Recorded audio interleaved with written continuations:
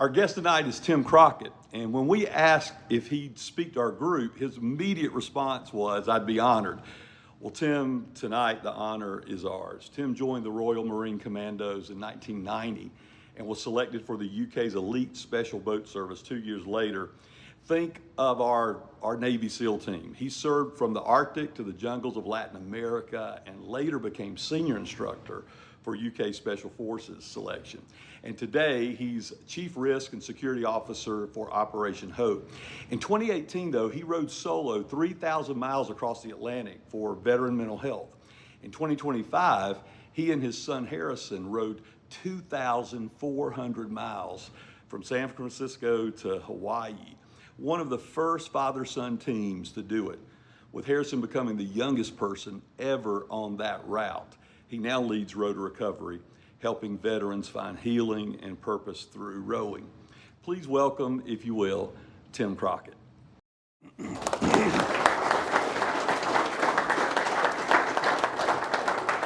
Let's come this way. That took that away from me. Thanks, Bubba. Okay, let's see if we can get this to work. There you go. So a little over 8 years ago, as Bubba said, I was alone on a 24-foot boat, literally in the middle of the Atlantic Ocean. And 12 months ago, I was in a similar position, but this time on the Pacific with my son, just as we were closing in on the big island of Hawaii. I think we came in July 21st. So yeah, couldn't quite see the island yet, but we're heading that way. Now, some of you may be asking yourself, why would anyone want to row the ocean? And some of you may be thinking, why row a second and take your child with you? So the short answer is poor judgment. But the real answer is purpose. So in 2018, I rode 3,000 nautical miles from La Gomera in the Canary Islands to Antigua in the Caribbean, as part of the Talisker Whiskey Atlantic Challenge, which is an annual rowing race from the Canaries to the Caribbean. The year that I did it, I think it was its 21st year, and it again continues to this day. It's changed its name now, but still happens. Last year, in 2025, my son and I rode 2,400 nautical miles, which is called the Mid-Pacific, from San Francisco to the big island of Hawaii. That was done unsupported, so we had no additional infrastructure to help us along the way. Same activity, but with two very different answers that came out of, or lessons learned. So what makes crossing an ocean so hard? I'm sure you can immediately think of a few. But once you leave land, there's no help, no resupply, no help fixing the mistakes you make, and no escaping the conditions. That changes how you think very quickly, which is one of the reasons why organizers of the races, or if you're doing independent crossing, you have to be 100% self-sufficient. Even with all the advancements in the technology, again, maritime shipping, Coast Guard, Navy, all that sort of stuff. If you call for help, it could be 2 days away or 10 days away. So you need to be self-sufficient. The first week is brutal. You're battling sleep deprivation, constant motion, nerves, sometimes even fear. And basically you're sleeping in what you could deem a giant washing machine that leaks. Extreme weather, the ocean doesn't care about your background, your plan, or even your level of confidence, and it is something that demands respect.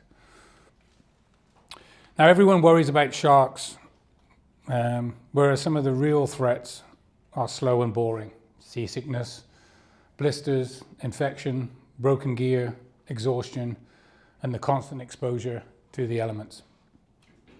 While marine life and merchant shipping is impressive, or are impressive, salt sores in certain places are very personal. While some may rise to the occasion, you'll inevitably fall back on your preparation. There are no days off, no shortcuts, and those that quit do so typically in the first week, not because they can't row or they haven't prepared enough. It's because they're uncomfortable and they struggle to adapt to that new environment.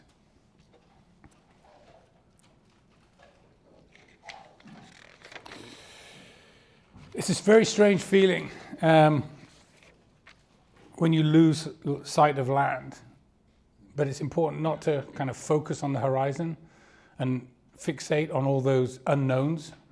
Basically, you have to focus on every 2-hour shift and sometimes every oar stroke that you take. So as it says there, what makes a man row 2 oceans? It's important to start with why. Yeah. When things are going well, motivation is easy. But when everything hurts, your why is what keeps you going.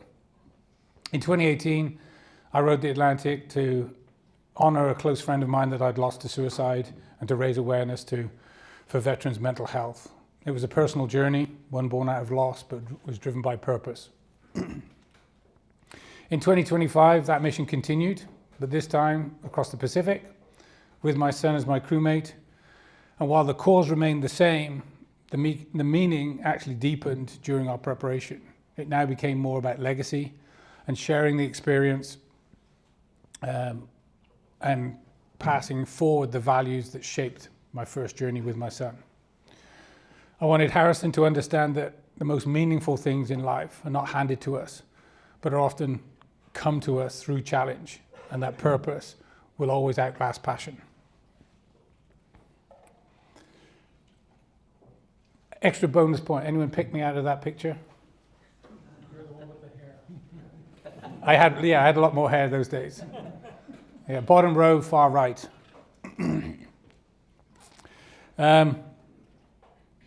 This is all going to come out of sequence. I knew there'd be a technical hiccup somewhere along the line. Plans and preparation. When preparing for something like an ocean row, planning becomes an obsession. Yeah, almost like a second job. You define your goals and objectives, you separate needs from wants, and you work through safety requirements, equipment, timing, and you try and think through every possible scenario that could fall you before you leave the shore. Because once you leave the shore, planning is all that you have to fall back on. But the reality is this: while plans are always necessary, execution is everything. Once you're out on the ocean, those plans immediately collide with reality.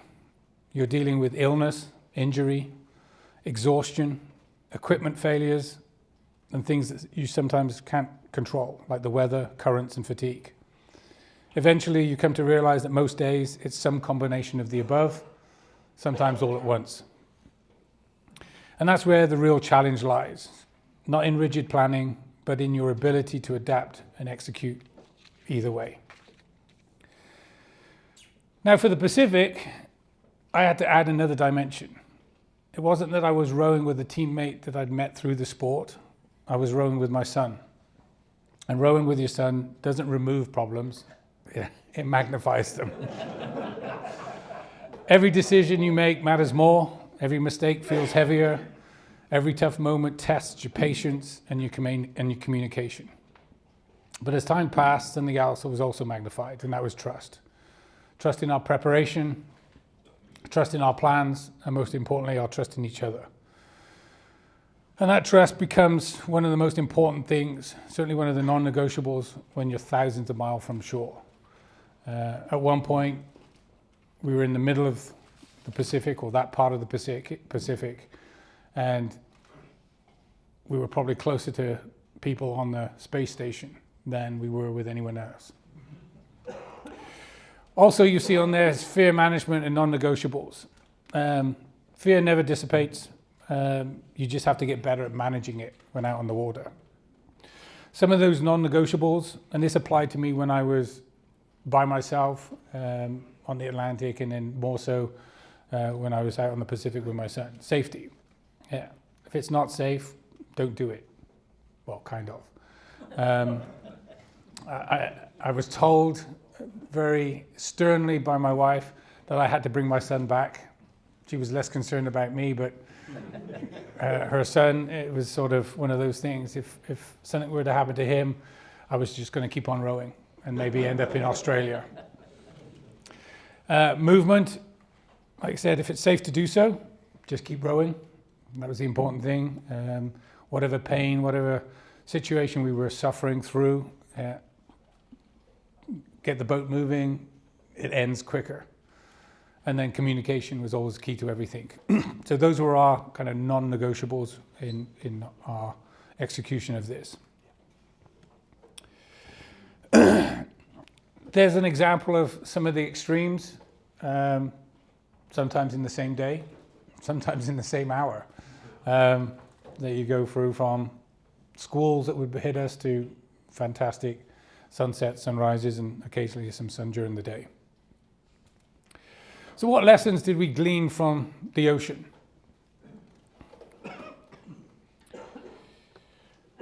Resilience in repetition.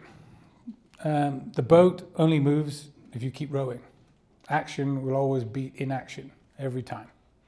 So again, it was both your source of pain, but also your source of comfort when we were rowing 24 hours a day. It's important to stay focused and positive. Negativity will waste energy that, quite frankly, we didn't have. So there was no pity parties. If there were some bad times on board, you just had to work through it. Whether that was, we worked through it together. Sometimes I was down and he would pick me up, and vice versa. Connection is strength, even more so when I was a solo.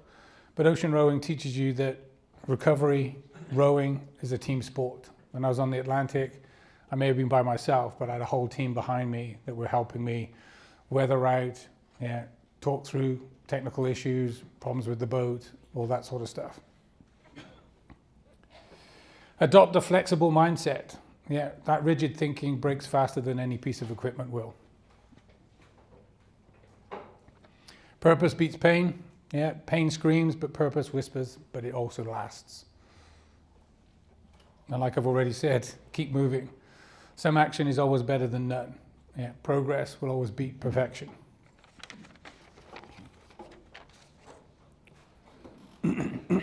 So the finish line, or finish lines. The Atlantic, I was out there for 62 days, 2 hours and 32 minutes. I came second overall in the solo race. There were 5 of us out there that were solos. 28 boats started, 27 finished. Like I said, there were 5 of us that were rowing solo. That season, between this race and other independent rowers, I think there were 11 people that rowed the Atlantic. Anyone hazard a guess how many people climbed Everest that year? Or summited Everest? 800 and some odd. So this is one of the very exclusive club. The Pacific, 47 days, 14 hours and 53 minutes. We were the first father and son pair to row the Mid-Pacific, and my son became the youngest at the age of 19 to row the Mid-Pacific. Prior to that, I think there was a 24-year-old that did it. And just last week, you may have seen the first US female to row solo across the Pacific, Kelsey Fendler. She also broke the previous 2 speed records for that, so she was very fortunate. So, what's next? Road to recovery. This is where kind of the story continues. I didn't just do it for fits and giggles. I did it to raise awareness, which I think we sort of achieved. That's always one of those goals that it's difficult to attain. Raise a little bit of money. The Atlantic, we split that between 2 charities, one in the UK and one here in the US. And now the Pacific, obviously the funds that we've raised and hopefully will continue to raise will go to Road to Recovery. It is a 501c3 here in Georgia, and it aims to set up what we call pods, which are independent recreational rowing programs. So we're not talking anything competitive. It's basically getting veterans, their families and their communities out in fellowship on the water where they can like bond around kind of shared experiences. Over the past 3 years, I've been volunteering and now coaching veterans in our adaptive rowers down here on Azalea Drive with Atlanta Rowing Club. And I've seen that structure, rhythm, reconnection, as well as all the other proven benefits of rowing and exercise can lead to recovery. And that's sort of why I started this all the way back in 2017. So while you can't row an ocean alone, you also can't recover alone. So this is kind of the real purpose as we move forward into what Road to Recovery is. I should have been clicking that through. So on that, thank you for your time. But I wanted to get through all that, sort of set the scene, because it's always more fun to field the questions that I'm hoping are all now rattling around in your mind thinking, well, what about this? What about that? So I don't know if we've got another mic or we just want to shout out and ask questions and I'll do my best to answer them. This is may sound like a gross question, but the first thing that occurred to me was how do you handle using the bathroom? It's a question that always comes up, and especially when you're on a boat a boat for 63 days, you're like, how do you do that? And you can imagine this is a 24-foot boat. It's about 5.5 foot wide. It's always in motion. Yeah. Even though the Atlantic, we experienced a lot of calm conditions. Yes. How do you go to the bathroom? Basically, it's a bucket and chuck it. Yeah. So it's a small little builder's bucket. It's nice and robust. You fill it with about a third of the way with water.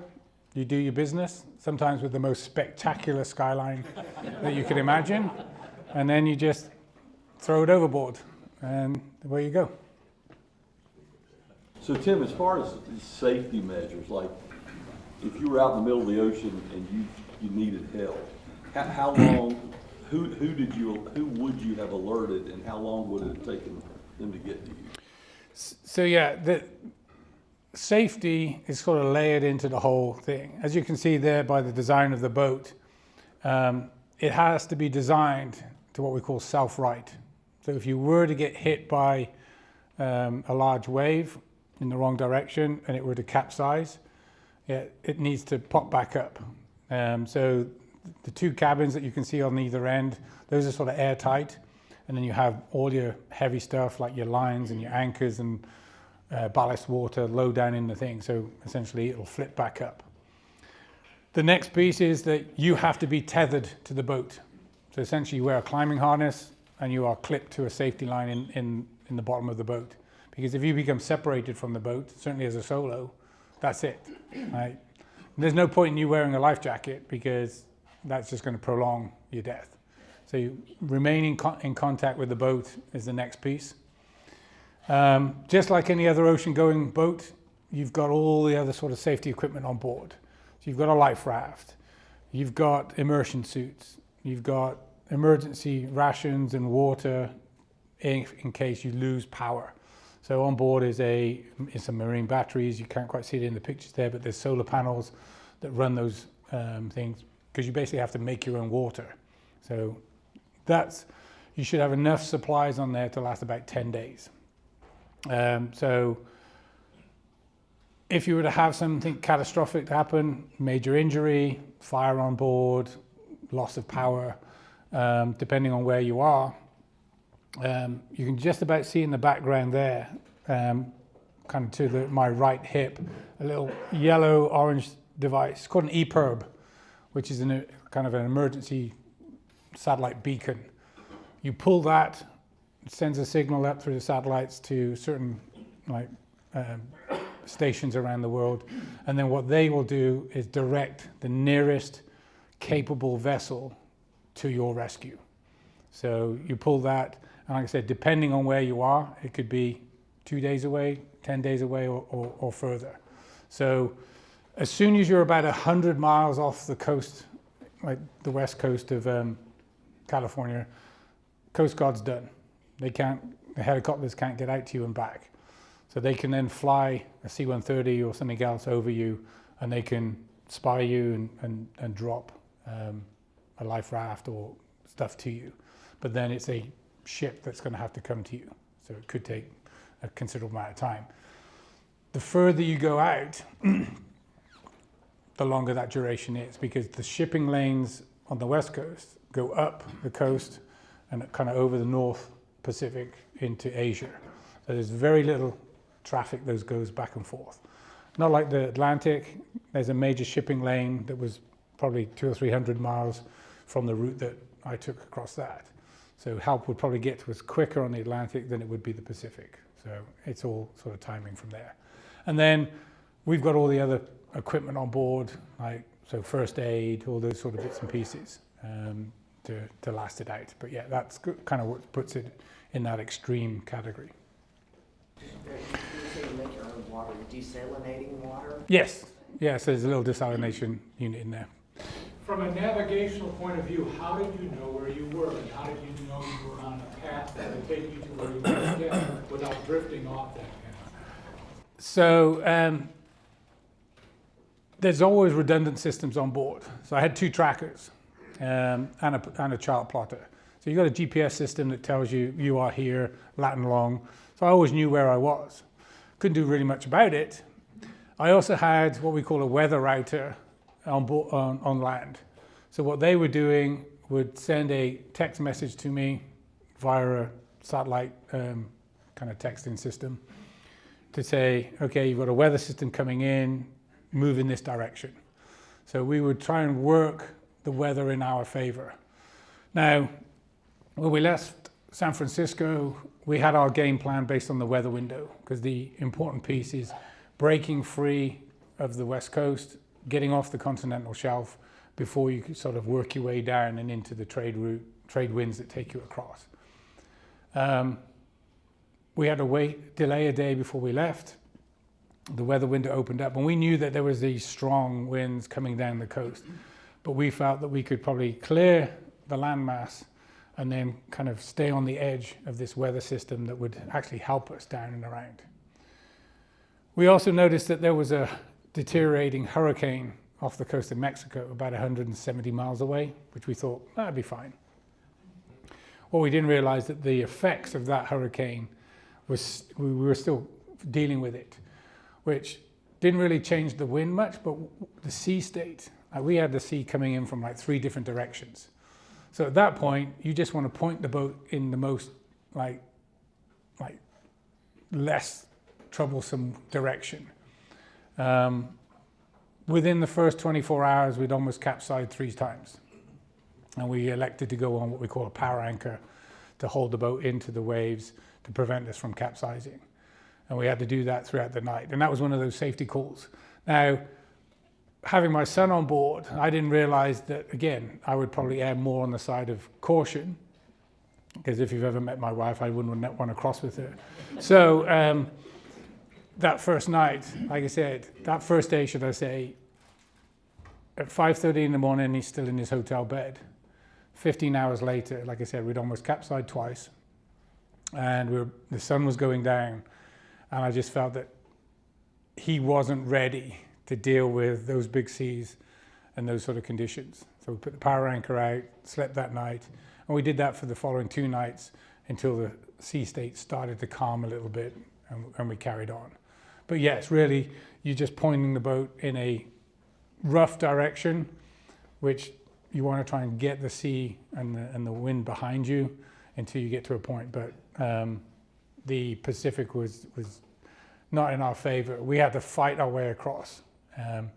Of those 2,400 plus miles that we took, it didn't really ease up until the last 4 miles coming into Hawaii. You kind of talked around it a little bit, I'm sure, in the planning of this. I don't know which months you picked to do this. I'm sure some are more favorable than others, and I also suspect that you had to be aware of currents and the most favorable currents and so forth and so on. That was part of the planning? Yes, it's part of the planning, but there's some of it you can't really, you just have to go with it. So Did you do the Pacific the- twice? Did you do the Atlantic Yeah, so the Atlantic season, you have a weather system that sets up kind of mid-December across over the Azores, which is that wind that then comes out of North Africa and across to the Caribbean, which is the main trade winds.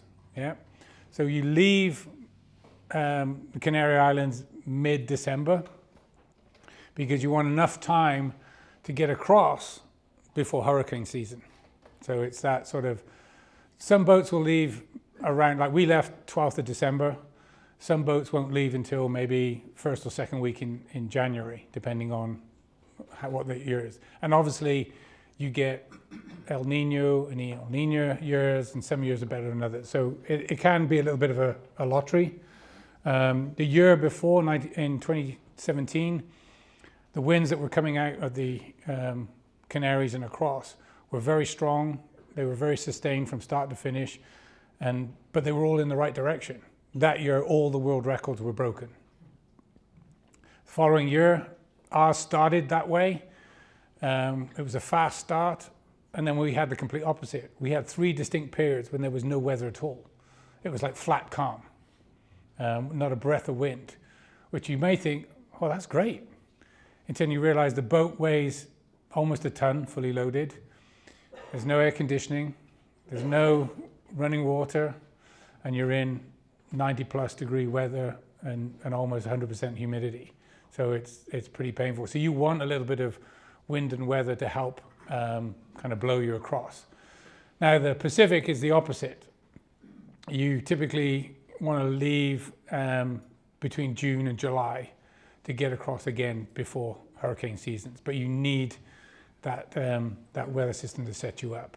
But the Atlantic, I wouldn't say it's easier, but the winds are more favorable, whereas the Pacific, you have to really fight to get off. So those first 2 weeks are always pretty brutal and a struggle to get off before you get into the good fun stuff. Correlation, you mentioned the winds a lot, but there's a correlation between winds and current. So typically the winds will override any currents. So if you had an opposing current on the Atlantic and the wind is behind you, if you've got a 15-knot wind and a 3-knot current, and you're rowing 3 knots, boom, no problem whatsoever. The Pacific, what I found, actually there was a lot of currents that were affecting us. Now, that may change us from, we're doing 30 miles a day versus 50 miles a day, because you'd experience that. Now, we're just rowing. It's not until the end of the day when you realize, okay, we haven't covered as much ground. Now, if you lose the wind and the current's against you, and occasionally that does, I think it happened to us once, kind of mid-Pacific, and we were moving kind of down from one current into another. And again, these tend to move around, so there's no precise art to kind of picking those. Yeah, that was a slow day for us. I think we barely got into mid-20s in terms of distance covered. And then when we were closing in, so the day before we made land, just off the kind of eastern side of Hilo Bay, it was like we ran into a brick wall, and we didn't know what was happening. We really struggled for those 24 hours, and it was because of some real strange currents and weather systems that actually come off the volcano of the Big Island. So yeah, they are a factor, but they're a small factor. Thank you. I've got so many hands now, so apologies if you got. Let's go over here. Being out on the ocean, by yourself for that long, what were some of the things that you learned about yourself that you would have never known?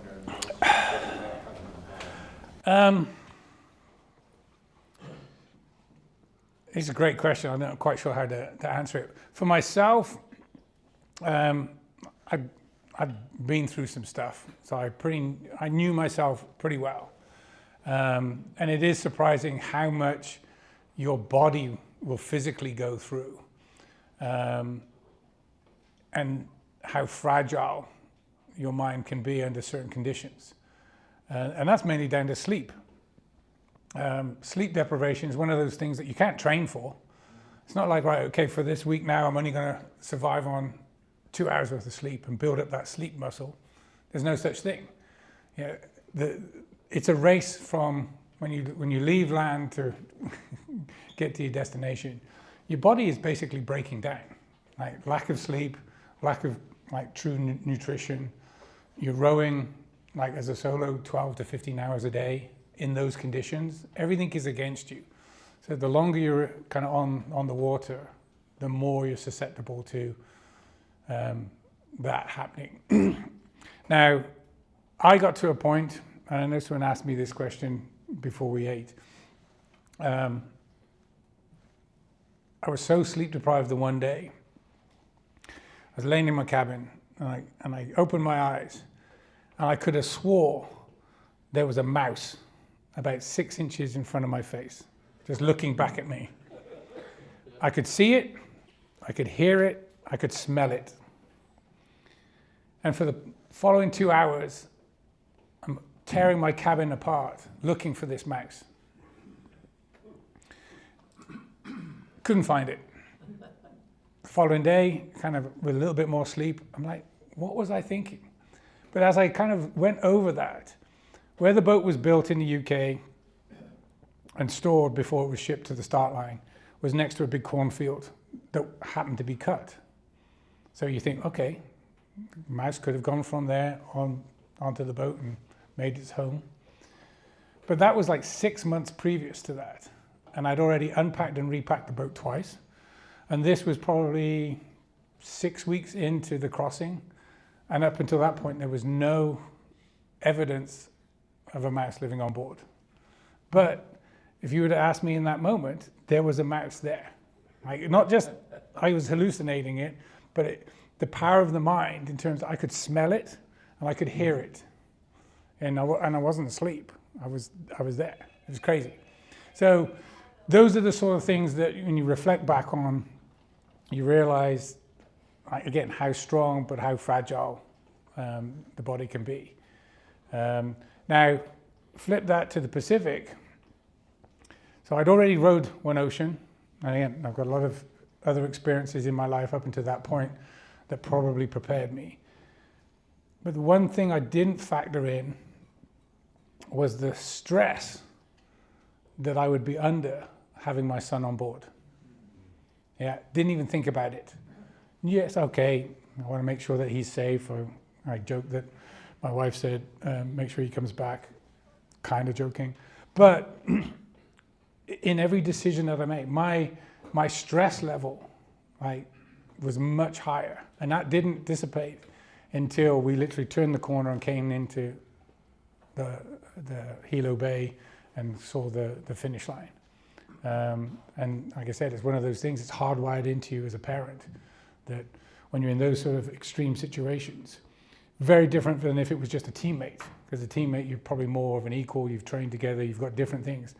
But when it's part of your DNA, your flesh and blood, then it's different. Jim, you mentioned fear and you mentioned stress. And I know you had an incredible career in special ops prior to doing this rowing, but in both that career and in this, I'm sure you dealt with both of those probably frequently, regardless of courage and everything else. How did faith play into your attitude as you did this? Mm-hmm. Another great question. So I went to a religious school, kind of grew up, not necessarily a terribly religious family, and I probably bucked against it a little bit going to a Catholic school. But it never really, I'd say I'm more spiritual than religious. I've studied religion as a just pastime. And it wasn't really a factor that I really paid much attention to during the Atlantic. But there was a moment on the Pacific. And again, me personally, for me, the Pacific was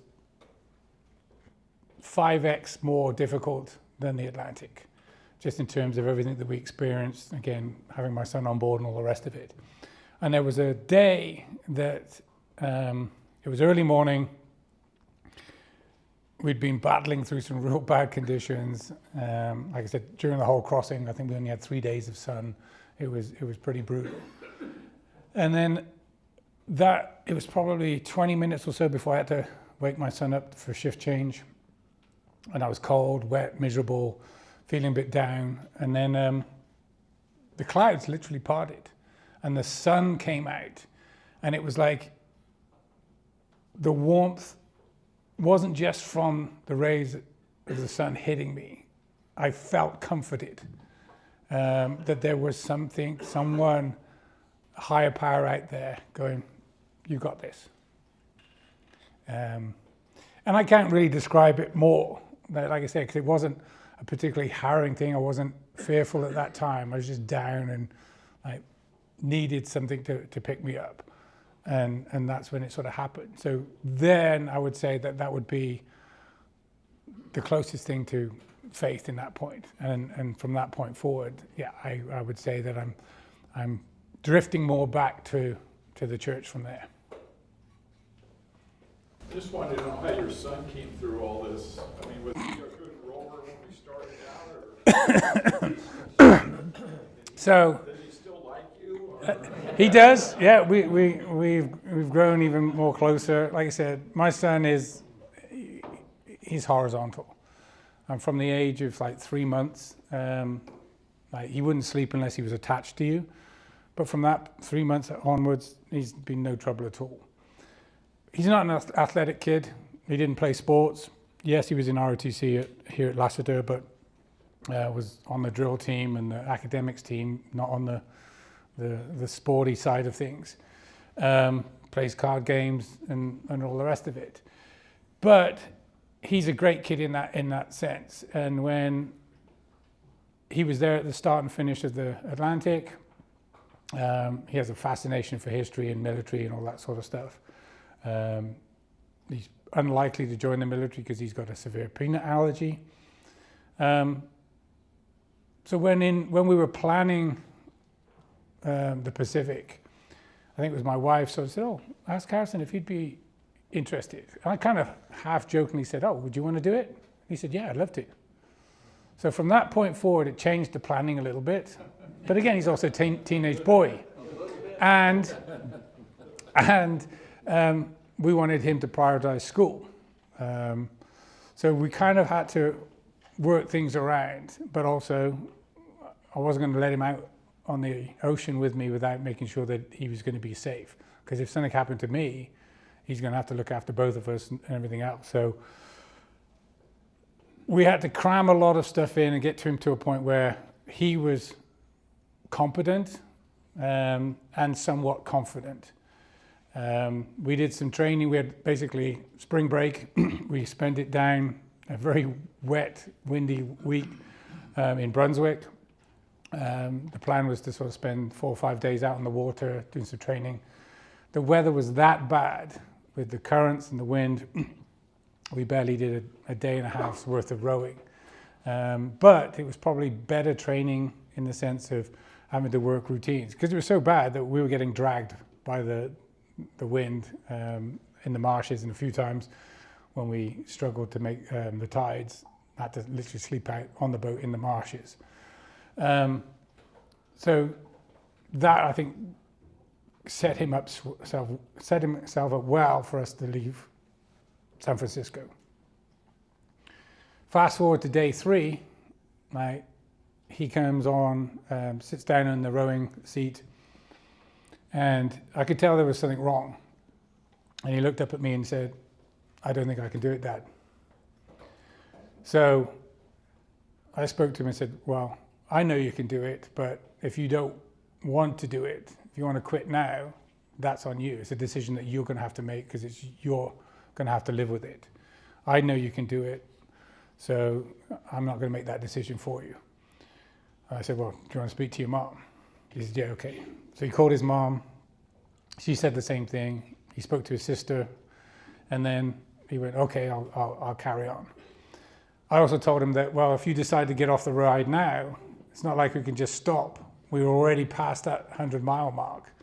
I said, so it'll take at least 7 to 10 days to row back in to either Southern California or Mexico to get off the boat. I said, by then, we'll be through the worst of it, and you'll overcome this piece and be stronger for what you've gone through. Little did we know that we didn't really get a break in the weather until, like I said, the last 7 miles of the row.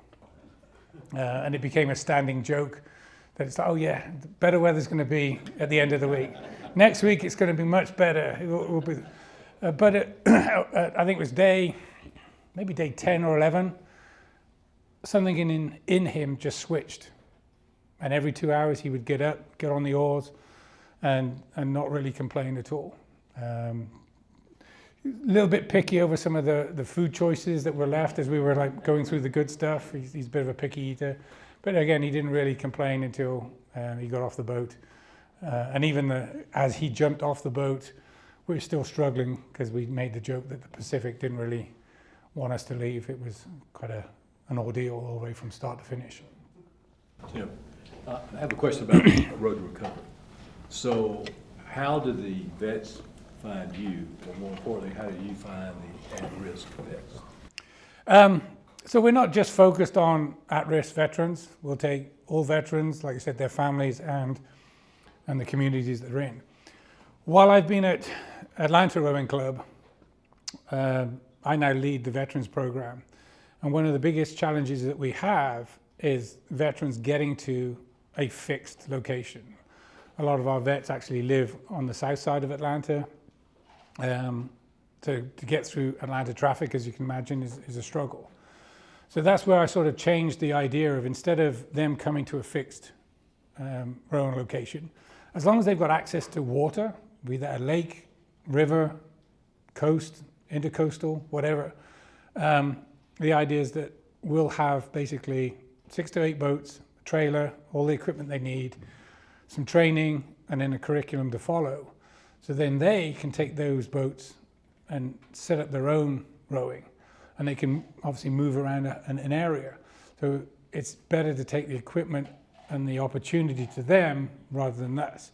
And then that's when we expanded it further, that, okay, getting a bunch of veterans together to kind of have some fun on the water is one thing, but veterans that are trying to reconnect with family members, whether it's their spouse, whether it's their children, now they have an opportunity to do so like I did with my son on the water, because it's a great way to be out there, very low impact. With our adapted program in Atlanta, most weeks I will either row with a 82-year-old or an 83-year-old that are still rowing today. They can't drive themselves to the club, but we can get them in a rowing boat and we can row like about a mile up and down the river, and it's the highlight of their week. So again, there's been proven benefits from rowing. So it's a developing syllabus, but the idea now is to get our first one stood up and then go from there. It sounds like the veterans are not rowing the ocean. They're just rowing in a smaller area. So about how many hours do they spend rowing? We try and get them out there a couple of hours a week, but then once they've got the equipment, if they wanted to go out and row every day, they can. Like I said, not everyone will have a job. Some of them will find the time in the evenings. Most of the serious rowers that I row with, like even our competitive team or just our recreational rowers at the club, they're down there every morning. So again, once you've got the facility there, they can row as much or as little as they want. We'll have scheduled pieces to that. Good question though, in terms of, yes, it's going to start with a recreational rowing program. But as we grow, my hope is that we'll start to develop this further. We may have plans to do a small kind of coastal row, and then folks from that, if we can continue to develop further, we may put together a veterans team that then, if they want to go and row an ocean, they can. And hopefully that will then feed back into the fundraising to set up more programs in the future. Let's go here and then I'll come over here. I have a son who rowed competitive, so I understand in such good shape. rowers are, but he never had to train for a 3,000-mile race. So what's the difference in the preparation that you had to do, not just mentally, but physically, if any, to just decide, I'm going to row 3,000 miles? So I like to plan. Like I said, my background, I've been dealing with risk even before I was an engineer before I joined the military. So yes, I like to go into things well prepared, or as prepared as I can be. So when I decided to row the Atlantic, the first thing I did was try and contact as many ocean rowers as I could. More importantly, try to prioritize solo rowers, because it is different if you're rowing as a team than as a solo. The first gentleman I spoke to, he's an Italian guy. He'd been rowing his entire life. He was the winner of the 2016 race. He grew up on the lakes in Italy. The family business was building and repairing boats. Like, it was in his blood. And I asked him, I said, what should I be doing? He said, don't do too much rowing. He said, there'll be people that will row 2 million miles in preparation. And that's probably the worst thing that you can do, because you'll develop injuries, all the other sort of things, you'll get bored. However, you've got to have perfect technique. So it's like, okay, perfect technique. I was not a rower. I had never rowed before. I'll caveat that. I had rowed once. Rugby was my sport in Hereford. And when I was a young colt, which is an under 19, we entered a charity rowing race.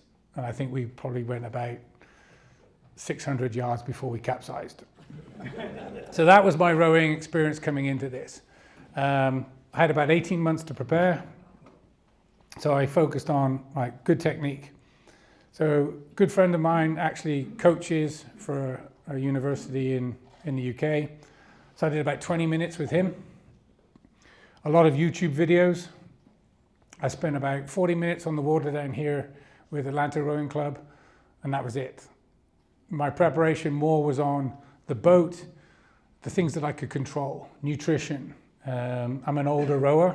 I've got old joints, other injuries. So I was more focused on injury prevention and trying to start in reasonable good shape. I thought, well, I've got 3,000 miles to perfect my rowing stroke and build up the endurance. So I approached it probably slightly different. But really, it is more a mental game than it is a physical game.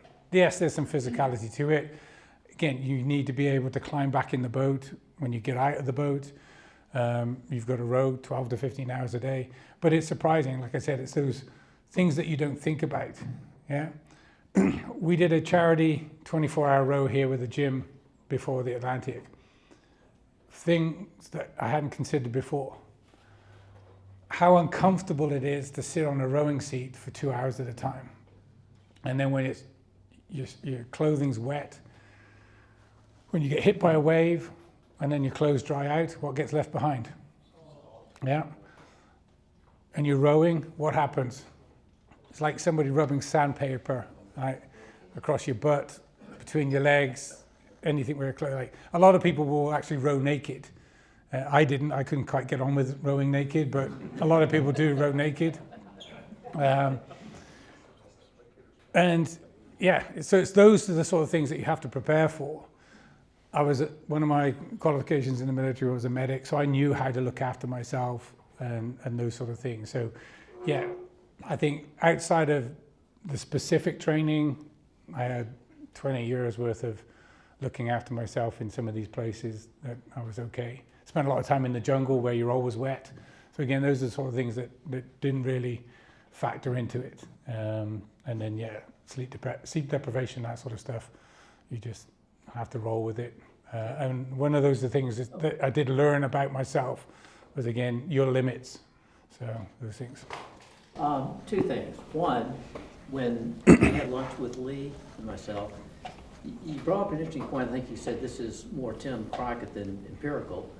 But the differences in coming back from combat in, say, World War II versus coming back from combat in the 21st century. And how PTSD plays into differently one versus the other. Yeah, like I said, I'm no mental health expert. Obviously, I've learned a lot over the years.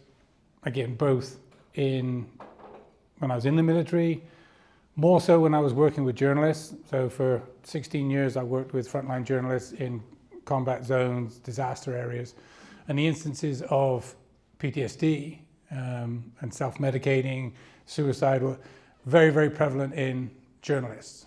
And unlike a lot of other risking kind of facing professions, no support group. One of the factors that I learned, there's a Dr.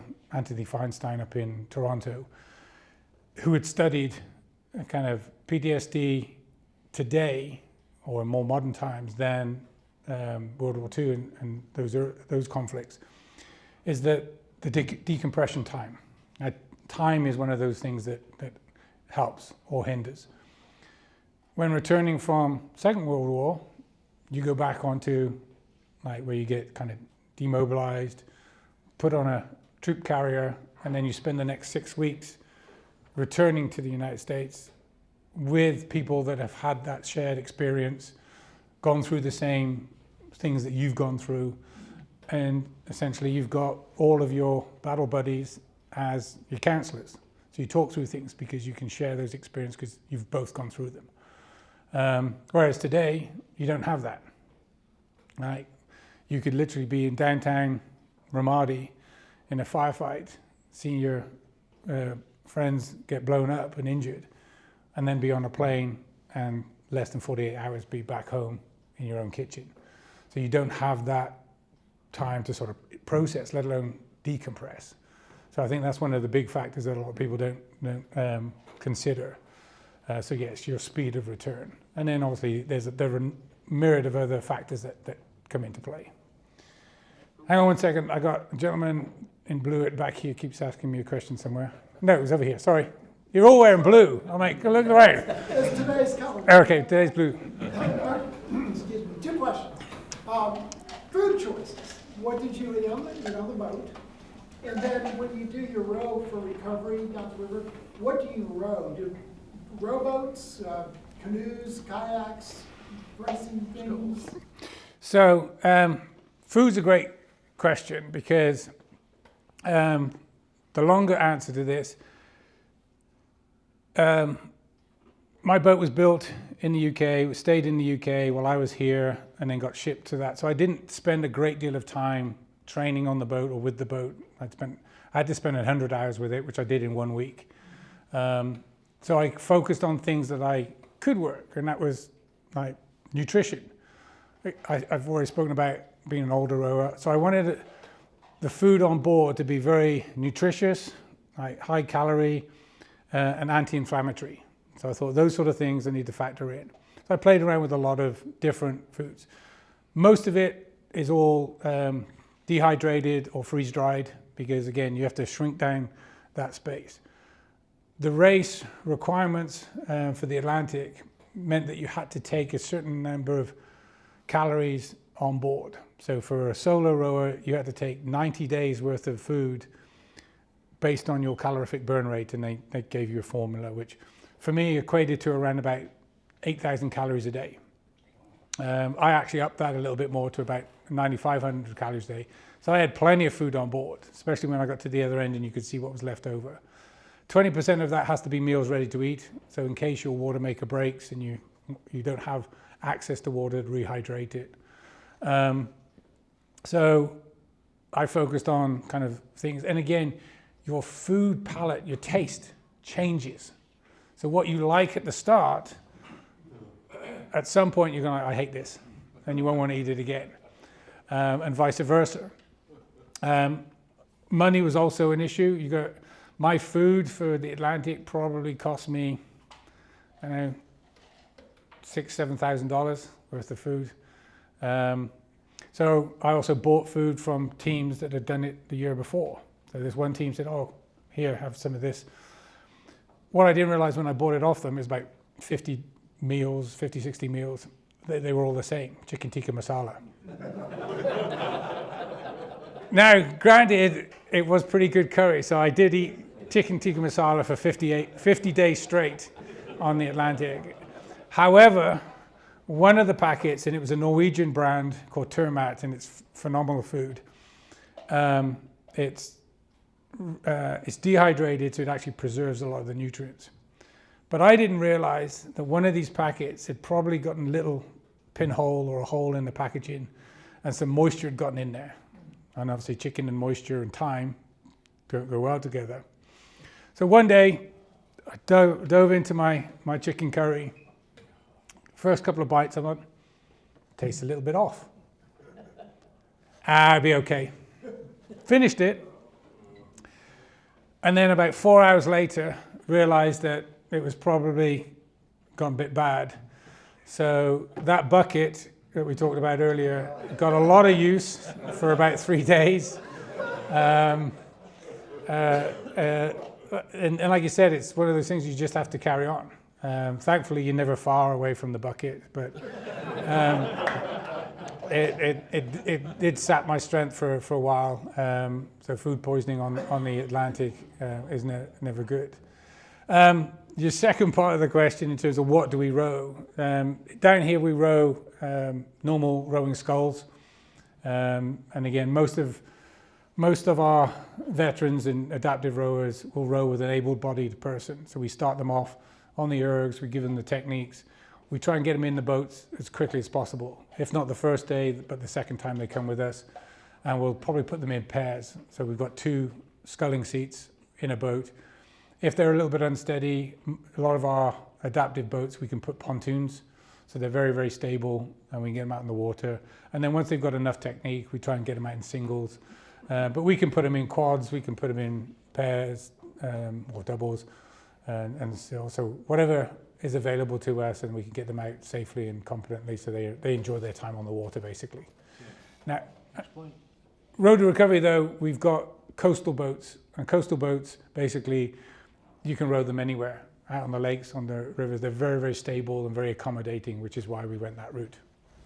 They may not understand the term adaptive, so if you could just... Oh, adaptive rowers. So basically, it could be they have learning disabilities, they could be blind, deaf, have cerebral palsy, other physical disabilities. Last year I rowed with an amputee, so we've got spinal cord issues. We've got one rower that's with us, she had a aneurysm, so her balance is severely impaired. And actually it was funny, she was down at the Shepherd Centre here, and she'd rowed crew in college. When she was going through her initial rehab, they put her on her own machine, and that was one of the first things that came back. She couldn't speak at that point, she still connected up to a lot of drips and other pieces of equipment. She got on the rowing machine, she started to row, and she rows with us once or twice a week since then. I think she's about 6-7 years out of Shepherd. So. You had a tremendous why when you did your first one. What gave your son, what was your son's why at the age of 19 years old? None of the experiences that you did, none of the knowledge, just gave him the thought that he wanted. All right, we'll pose that question to the group.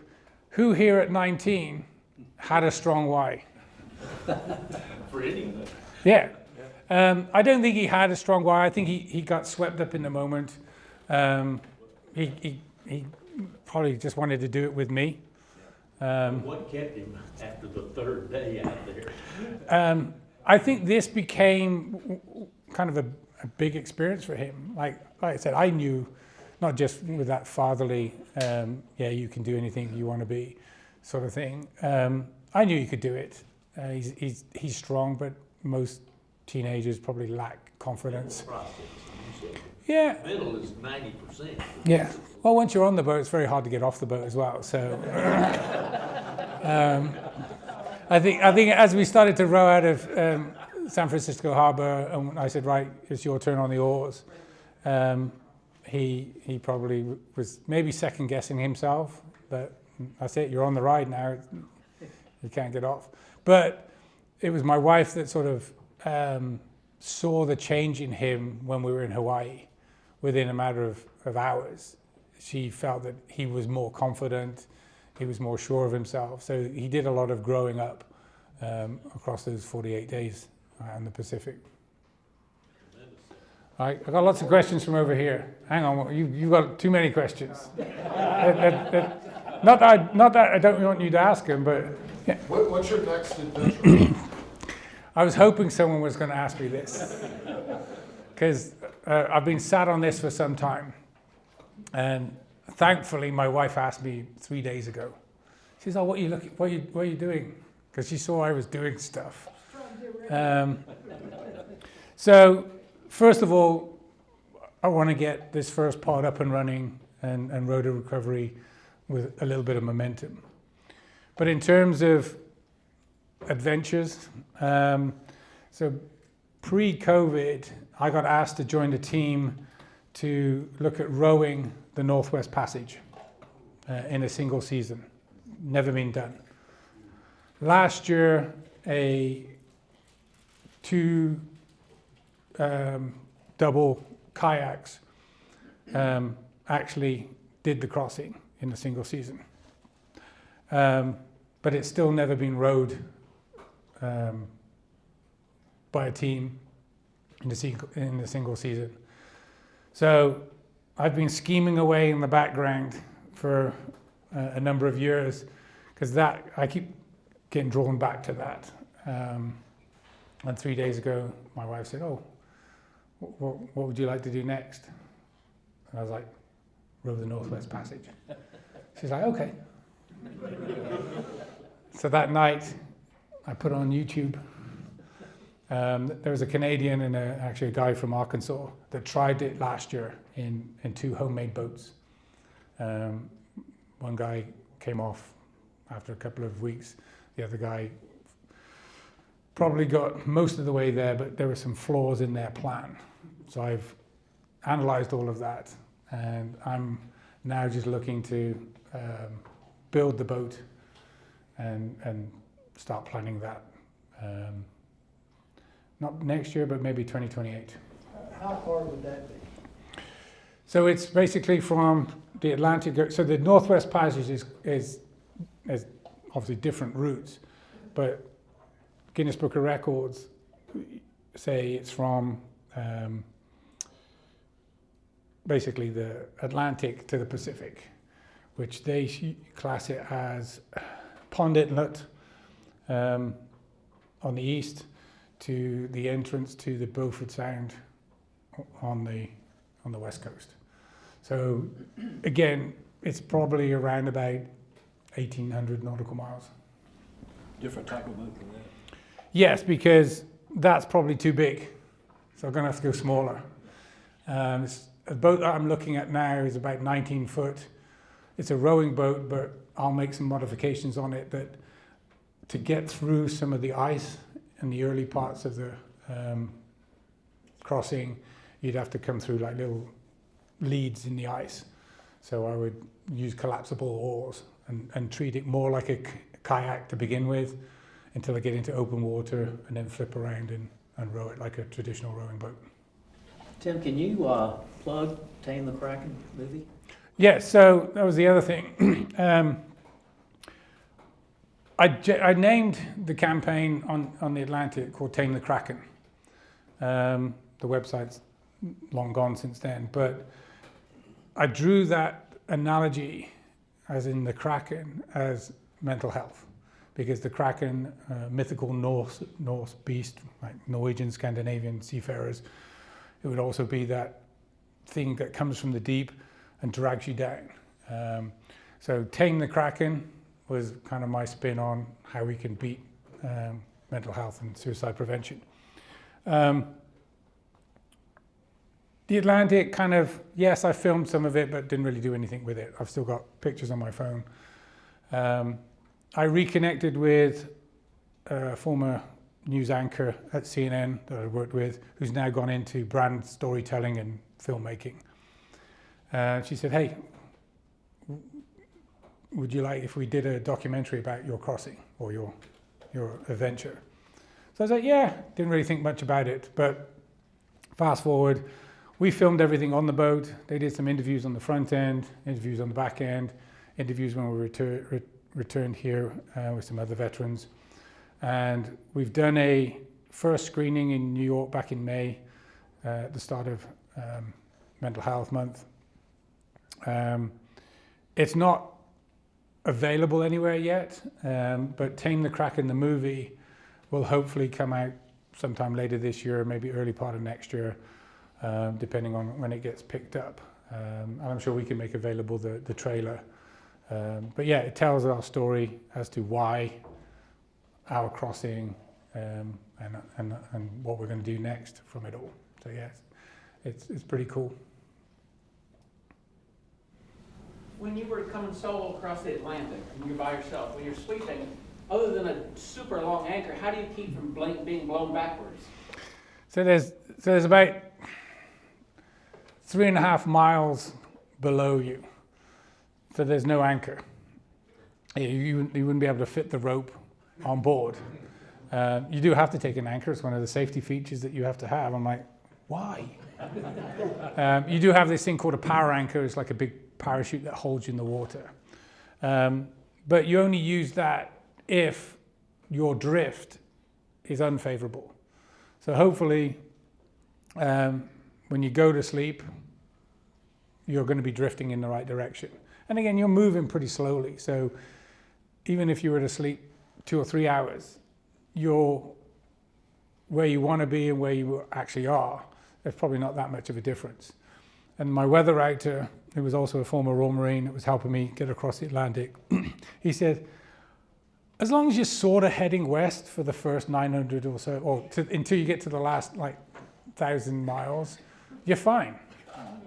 Because there was one day, I can't remember what the weather was doing, but everyone else in the fleet was heading southwest, and he wanted me to head northwest. And I was like, Silver, are you sure? He says, yeah, trust me. I was like, okay. That day, I think I probably did 47 miles, whereas the rest of the fleet probably did about 7. So from that point forward, I was like, well, I'm not going to question you again, Silver. Whatever you tell me to do, I'll do. But it also changed. So we would kind of plot the weather out 3 days in advance. So he would give me waypoints to try and hit. And if I hit it or went past the waypoint, he would sort of calculate. If I didn't hit it for whatever reason, whether it's food poisoning or whatever the weather was doing, he would recalibrate. So we were always moving things around. And like I said, as long as you're coming across, you pretty much stay. Now, the boat spread, like you said, in my race, there were singles, or solos, doubles, 3s, 4s, and some 5-person teams. So all the 5-person teams go off first, and you all leave 5-minute intervals. So it takes about 2.5 hours for everybody to leave the start line. And you can sort of see people in the distance. You're so low to the water, every now and again you'll see another boat, and then for the first 24 hours you may see 1 or 2 navigation lights. After that, no one. But obviously those teams, even a pair, when someone's rowing, someone's sleeping. But when you're a solo, when you're not rowing, the boat's not moving, other than what the weather's doing to it. So within probably about a month, there's 1,000 miles worth of separation from the boats at the front to the boats at the back. And there's probably 200 to 300 miles separation north to south, because everybody's taken a slightly different route. And the weather, between 50 miles that way and 50 miles this way, could be doing something completely different. And some of the currents are also factoring in here. So there's boats all over the place. So that's something you just deal with. That said, there was another military boat. It there was a pair of them. There were 2 parachute regiments. And just like you have, like Florida and UGA, kind of that rivalry between your football teams, Parachute Regiment and the Royal Marines have that same sort of rivalry in the UK military. So this pair were 2 paras, and one of which I knew. I'd worked with him, and they were called Granddads of the Atlantic. They left 15 minutes before me from La Gomera. 2,000 miles into the race, 3 o'clock in the morning, you have this piece of equipment on board called an AIS. It's like an anti-collision system. It works off VHF. So when you get close to another ship, if you look like you're going to collide, it'll set off a little alarm. Well, 3 o'clock in the morning, I'm trying to rest in the cabin, and the alarm goes off. So up, hit the screen, make sure I'm not going to get run over by a super tanker or something like that. And I see, because you can zoom in, you put the cursor on, and it'll tell you what the boat is, because it's all registered to you, so I could see. It's Pegasus, Granddads of the Atlantic. So I get on the radio, and I call them up, and Neil, who was my friend, answered it, totally surprised. Because what I didn't realize is that my AIS system wasn't working properly. So they couldn't see me, but I could see them. We ended up crossing within half a mile of each other after 2,000 nautical miles, so around about 2,300 normal miles in the middle of the ocean, in the middle of the night. And then for the final 1,000 miles left, we were back and forth all the way in until they landed about 2 hours ahead of me in Antigua. And I'd be like 5 miles in front of them, then they would be 5 miles ahead of me, I'd be 30 miles in front of them, then they'd be just next to each other. We were swapping back and forth for, again, those final 1,000 miles until the last night. So at 20 miles in, I love this story, 20 miles from the finish, the race protocol was that you had to come up and call Antigua Barbuda search and rescue, because there's a lot of reefs and it's a very kind of rugged coastline. So they need to make sure where you are, and they'll launch the search and rescue boat. And as you get close to English Harbour, which is on the southern side of Antigua, and it's a natural harbour, the entrance is got a reef. So they want to make sure that you don't end up on the reef. So 20 miles out, they have to come up on the radio and start calling search and rescue. And obviously, I'm probably 2 or 3 miles behind them, and I hear them come up on the radio. So I was like, right, we can have some fun with them. And I'm messaging my weather writer, who's another Royal Marine. I said, oh, we'll have a little bit of fun. We'll see if we can race them in. Because there would be nothing worse than if 2 parachute regiment officers were beaten by 1 Royal Marine by himself in a 3,000 mile race. You're talking about this is the ultimate challenge here. So I thought, right, it's the last, I don't know, 24 hours, even less than that, 20 miles. You could do it easily in, I don't know, 15, 16 hours. So I thought, right, get on the oars. And as I started to think, I saw the flag on my boat. It almost went 180 difference. And I got hit by the biggest squall. I got thrown to the deck. It wasn't enough to capsize the boat. I lost all power. And I was like, okay, again, a higher power probably telling me, cool your jets. You've come like 2,990 some odd miles, like come in safely and so forth.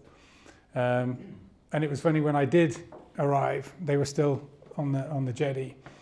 And then that night we went to a barbecue, and Neil, he said, we thought you were going to get us. And they did. They jumped both up for the final few hours of the race.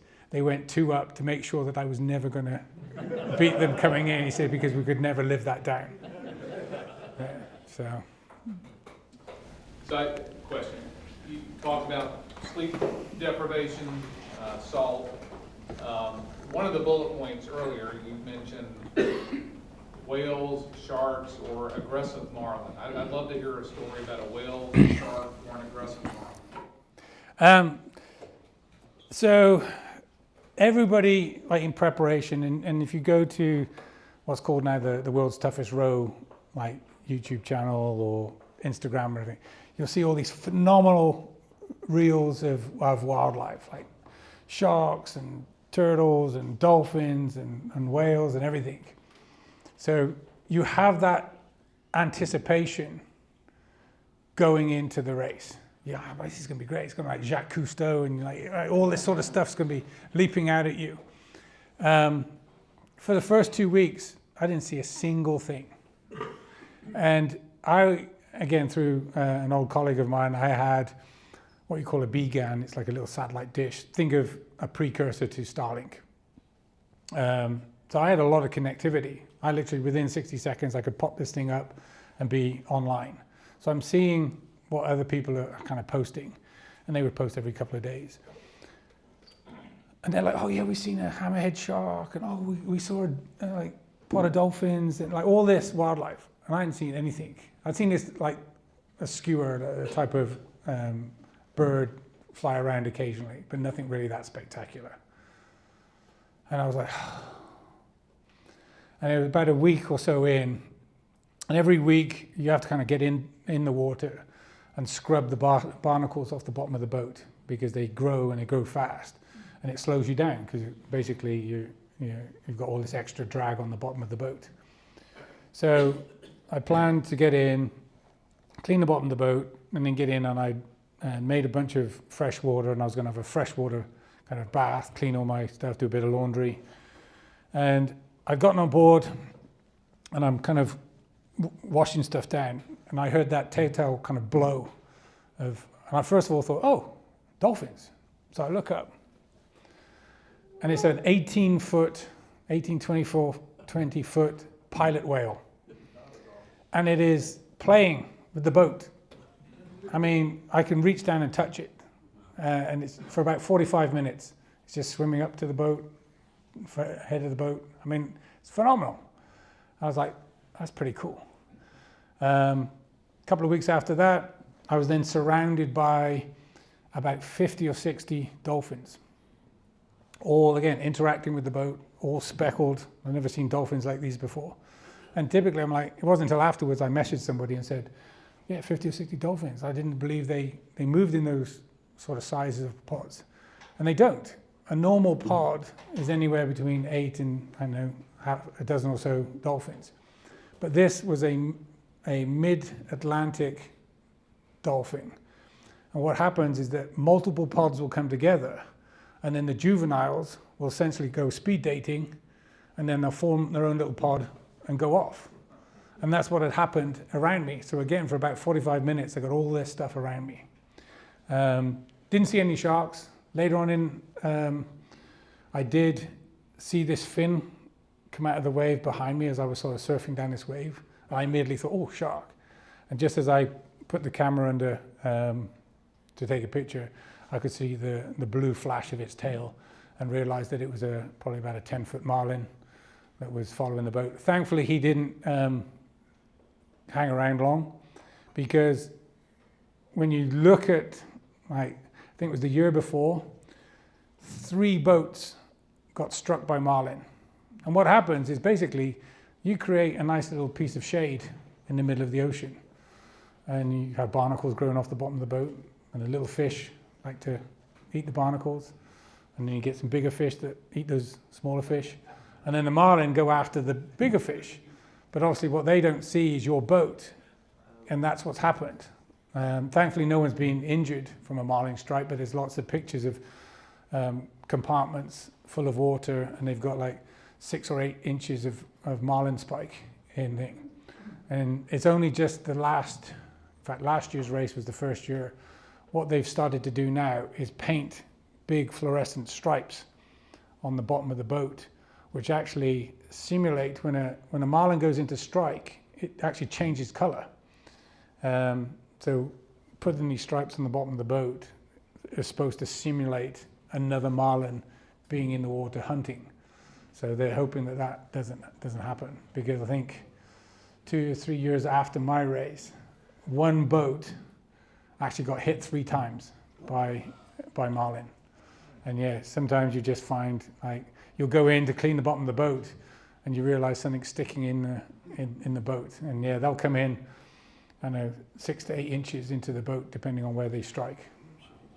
So yeah, if you happen to be sleeping on that, because yeah, there's basically about 10, 12 mil of composite between you and the business end of a marlin. So yeah.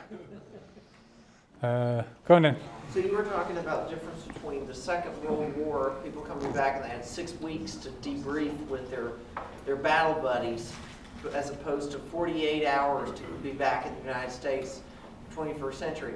I was wondering, what is the reason behind, because the 6 weeks, it gives them time to kind of recover a little bit by talking to each other. What is the reason why just staying in touch with each other after being back in the United States doesn't have the same effect? Why doesn't it have the same positive effect to? I'd say it's that initial period when it's doing that hot debrief. It's your recollection of the stuff is different, and how you stew on things and how you process things is different. So yeah, when you're in close confines on board a troop ship coming back, you have time to, like, you're not like formally sitting down and talking through these things. It's just happening. But back then also, the what we call the ORBAT, the structure, like when you joined a unit, you were with that unit until the end. It's not like modern warfare today where you'll join a unit, you may then make up a composite unit, and you'll rotate in and out on different schedules. So a deployment may be like a few months, 6 months, or 12 years before you come back. So it's just, there are different, the way things are set up today versus how they were back during the Second World War, very, very different. So and all those different factors come in. It's not just the return trip anyway, it's the fact that you're not even with That's the beneficial piece. Like I said, if you have a bad experience, the sooner you can start to talk about it, you'll start to process it. Whereas if you don't and you bottle it all up, we know kind of that has a negative effect. But again, everyone's different. Also back then, like, life was different. You probably had more kind of stress inoculations just with life. Like work was much more physical.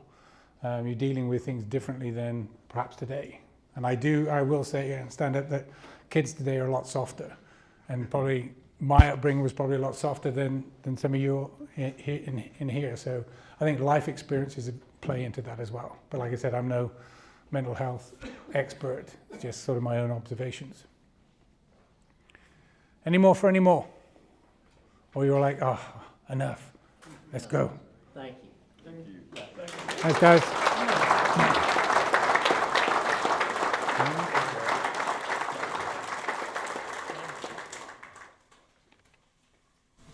Well, thanks, Tim, so much. And when I had a conversation with Tim briefly at St. Simon's several months ago, and the more we talked, the more I knew that we had to get up here and talk to you all. It's amazing.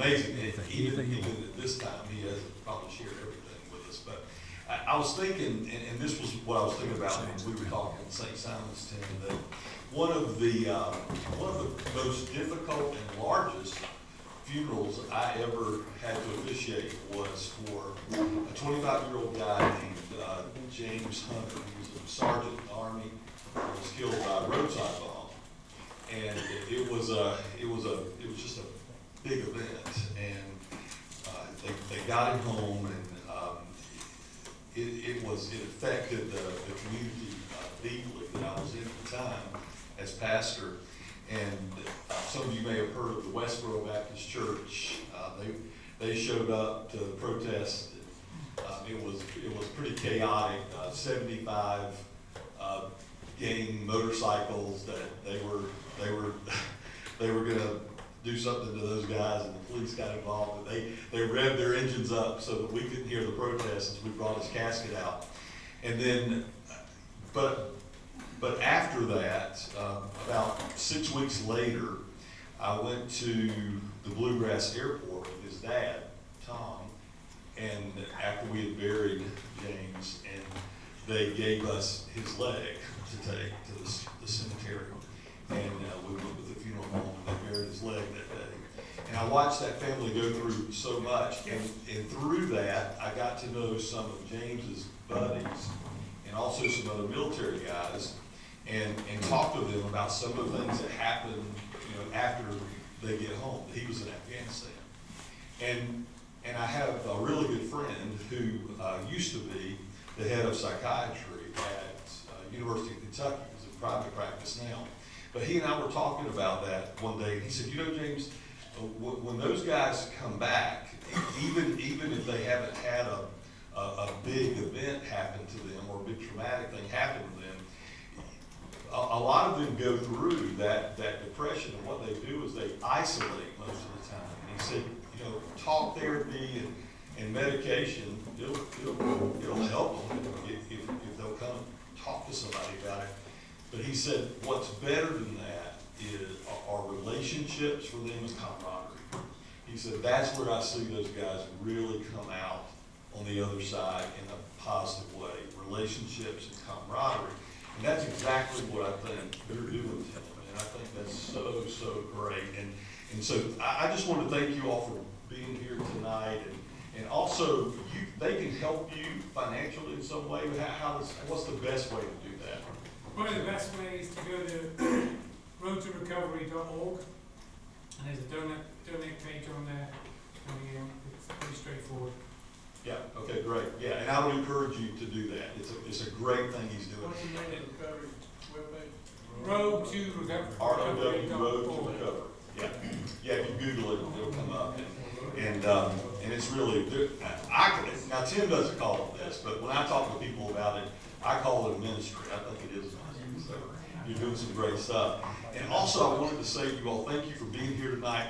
When you can pull almost 70 guys in a room for a church function, that's no small thing. And we don't compete with the ladies around here, but we certainly outpace them in our meetings here. And I think that's wonderful. And statistically, vital churches almost always have a men's group that's vital too. And we certainly have that here. We're on the right track as a new church. So thank you for being here tonight. The basket is coming around. We take dollar bills, we take checks. Don't take no dollars. Well, we take coins. No change. We take Bitcoin. We take whatever you want to throw in there. Hey, James, we don't take fives. The doors are locked. That's right. But you guys are generous. We always do okay on that end. God bless you. And I'll let Bubba tell you one more thing. Just what you're waiting for, right? When we met with Tim, we said, Tim, selfishly, we know what we're getting from you. We've got a great story, great speaker, and, very powerful message. So we said to Tim, what can we do for you? And he said, really, my thing is to elevate awareness for this cause. So we are recording this. We'll have a link that we'll send out to everybody that registered. And if you would, send it to your respective networks so that we can get out the word and elevate awareness of this. So, Tim, thanks a lot, man.